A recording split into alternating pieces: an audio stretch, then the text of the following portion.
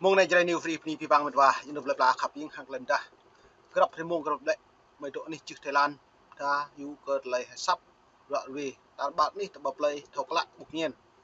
nên từ này có mấy đúng cái phi bang pro hà này lại bình chặt được nhau pol mạ pro bởi này hội đồng bảo an liên quốc mong đã ra lệ từng bua cơ nục này yuan màu sĩ bằng cả buồn sang đi gà đã dập ní dập qua nên từ này nhục đã được gặp phải như lệ thầu dữ thầu pre kana buồn sang đầy gà đó đi piar lại tham ar lệ trống thấu quy bóng hàng lại bằng hoạn gặp phải mông đi piar xâm lại gặp phải mông đi piar hiểm bạ ở đoạn này là buồn sang ta nạp dây bự thôn có bự hay có bự nó nhiều bự đa bởi rằng xét rằng mút mà rằng trăng có lệ tươm hạ nhầm ít là cái rằng nó lại chinh lại lọt sẽ lút sẽ nói mất cái lại này mời mau mạ lại với lại phải hình bằng đáy R3 có làm đa dạ đây cái cuộc này dọn niềm tin đà bởi anh hội đồng bảo an liên quốc ta lại nhiều pre hạ bằng chứng bằng màu chính xác minh bạch sẽ là nhiều hẹp nó do nó rằng pre đã cắt lại video do đã pi bằng pro hạt ra nhiều đắp sama rằng pre rằng màu video le rút nan từ nhiều mạ sĩ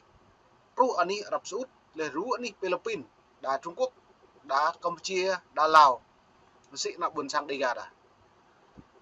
gần như sĩ nhập lứ nhung plư nạ buồn sang như lễ nhung sĩ nạ đầm nạ rìa đá như lễ việc nhẹ lương cao ta lời nấn việc nhẹ lương cao là lẽ nhung mạ mà nó như sĩ làm sao cho nuôi như mạ dần kèo một đầu người là lại nhiều mạ 150 triệu như sĩ cả bộ lễ ô nhiều hợp đồng công ty chỉ có 10 triệu đôi như nộp công ty mang non đà là nhầm nuôi sĩ nuôi cả bây giờ thốn ô vật nuôi hồng mong sĩ mà nó rằng đủ lăng cái lệ pi bằng pro nhiều ngã là nhầm đà bởi nạp cái nữ là mạ pro bằng màu xích sẽ nữa dưới nó là mày bread y xem lăng dòng tới buồn sang máu rút màn hình bật lon này có ta lại buộc lại thầu nhiên cái dọn nhầm định ta có lại bởi đi hội đồng bảo an liên quốc lê tông bộ ngoại giao Hoa Kỳ nhiều tuần bởi đi Việt Nam Pring cái đoạn về có cộng sản Việt Nam blur có trở lại thảo luận của vấn đề như là luật buôn người từ nước Việt Nam nước khác nên mà vậy xem lăng bẹ lại video hình buôn sang buôn người thường niên. Reuters cho biết hãng tin đã xem các tài liệu này nhưng chưa thể xác nhận một cách độc lập tính xác thực của chúng. Đại sứ quán Việt Nam tại Washington hiện cũng chưa đưa ra bình luận gì trước câu hỏi của Reuters về vấn đề này. Chính phủ Hà Nội trước đó luôn khẳng định xem xét nạn buôn người một cách nghiêm túc và trừng phạt những kẻ buôn người. Bộ Ngoại giao Hoa Kỳ trong báo cáo về nạn buôn người năm 2023 cho biết Việt Nam vẫn chưa đáp ứng đủ các yêu cầu tối thiểu trong công cuộc bài trừ nạn buôn người, dù chính phủ đã có những nỗ lực đáng kể. Giới chức dễ nó lên mất cờ ta lại này lại nuôi như buôn người này lại chính anh đi chụp group này bởi anh đi Ả Rập Xê Út kêu gọi kêu cứu toàn thế giới thâu có pro có lấy cái lúc này doán như sĩ nuôi hadi mạ pro cả cha rằng giống như lại nàng buôn người này lại Việt Nam như lại như ngạ hem các lạ đã như thâu như bộ hồn đầm lại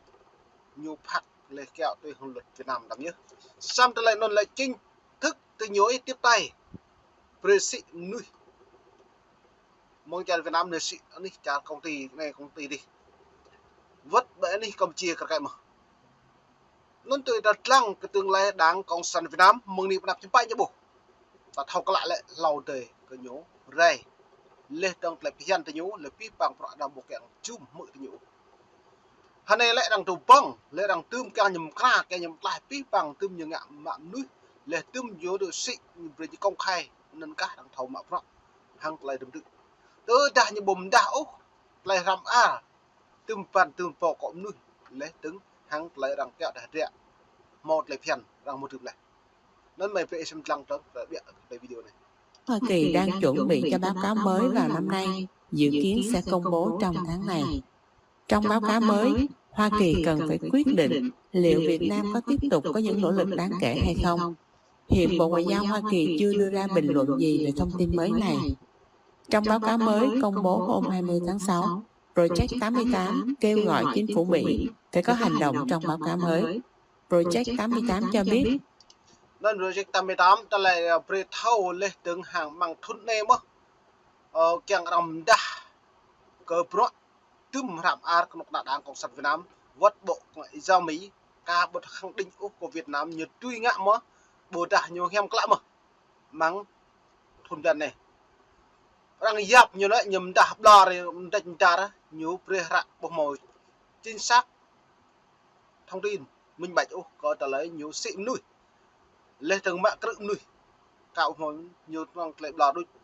đến cho cái Bộ Ngoại giao Mỹ nhiều đèo thăm độ bà Sài Gòn cho cái President Pring lấy đợt lề vừa đàm phán hàng Bộ Ngoại giao Việt Nam vô Đức Việt ta lời này lại chính cho cái này lại President Pring lại bù kèng mự lại cho hẹp nhật tháo luật kẹo tìm bạc lại làm ảo xăm bằng chứng hàng lấy cái gal như xít cứ nhiều bùm đa bởi cái nước của mà rộng nhầm tập hệ tươm nhiều bray nó lại tươm bằng chứng giả lấy giá tạo bị tình nhiều tươm trong nội bộ đảng thì nhú cung cấp bray cái giá thức nhau đã bởi hội đồng bảo an liên quốc nên chỉ cần biết bring nó lại nhập bắc lên lan tràn nhận đi hàng làm đa nhưng bạn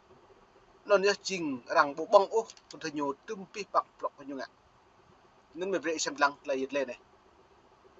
Tổ chức này đã có được tài liệu nội bộ của công an viết hồi tháng 2 vừa qua, đưa ra những khuyến nghị cho các quan chức về việc tạo ra những phúc đáp đối với các câu hỏi của phía Mỹ.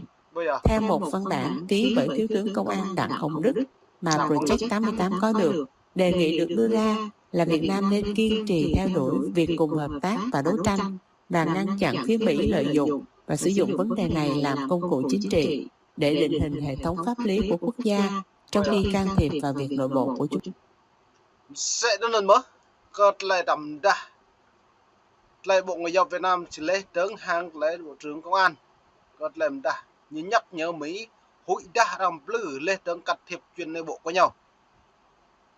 vui đa đang lái đã bộ như lẽ chạp rõ hem lên được rõ lạ hiếm bạ lấy can thiệp chuyên nội bộ của nhau nên từ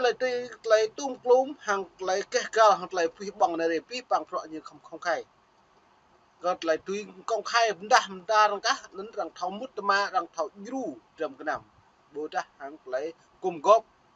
chẳng đi piar lần chặt cái nhập phố hàng lấy hem cạo nằm nuôi chạy kiri bút sạc xong cạo trên này đang hiếm bạ nhú phán bạc cái lệ lại rằng cao cái lệ lại bị hẹp cái đằng lại như lệ bị ít lăng lệ cái cha Mỹ ở răng hụi ta lệ làm plư còn lệ này nhá như lệ bình ít chính hàng lấy lăng lần chặt cái mấy thì dù nghe sát cha đằng không hề được một như lệ bố dần bè can thiệp chuyện nội bộ của nhau nó nhiều phân bạc cái lệ lại bị hẹp rằng cái nhà thì nhiều những bạn cao mà đã bố lệ này bộ màu cao bởi anh ấy cái lớn của mọi rộng buồn của bố đây xem lăng tới mình ta rồi lệ quyền biệt chúng ta. Trợ lý Ngoại trưởng Mỹ phụ trách Đông Á và Thái Bình Dương, ông Daniel Kritenbrink sẽ đến Hà Nội vào 2 ngày 21 và 22 tháng 6 tới để khẳng định cam kết của Mỹ với Việt Nam trong quan hệ đối tác chiến lược toàn diện và thúc đẩy khu vực Ấn Độ-Thái Bình Dương mở và tự do. Bộ Ngoại giao Mỹ thông báo thông tin về chuyến đi này hôm 20 tháng 6. Theo thông báo, vị phụ đại sứ Mỹ tại Hà Nội trong chuyến thăm này sẽ gặp các lãnh đạo cấp cao của chính phủ Việt Nam, đồng thời tái khẳng định cam kết ủng hộ một Việt Nam thịnh vượng độc lập. Người phát ngôn Bộ Ngoại giao Việt Nam hôm 21 tháng 6 lên tiếng khẳng định. Nó nắp này ta bộ lấy gọi ta lấy rồi tầm bơi tầm đi này là lựa chọn lúc lâu này nhiều nào bước cơ tập bộ bình cộng na đảng Cộng sản Việt Nam có lấy thực hiện cấp đoạn lên Đông Á Bộ Ngoại giao lên tương hàng lấy tua các lấy vi bằng lên tương mang đòn trụ anh đi can thiệp chuyện nội bộ của đảng Cộng sản Việt Nam Trung Quốc có lấy Biển Đông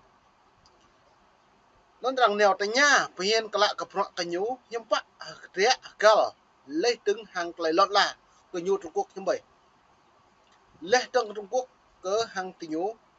nó này bộ mồi bre bộ mực cái lại lấy Bộ Ngoại giao Việt Nam Phạm Thu Hằng là dịch lệ bởi anh đi mà rõ định chủ quyền của Việt Nam đối với hai quần đảo Hoàng Sa và Trường Sa ở Biển Đông và yêu cầu Philippines tôn trọng các quyền lợi của Việt Nam trên biển khi đệ trình hồ sơ đăng ký thêm lục địa mở rộng lên Liên Hiệp Quốc.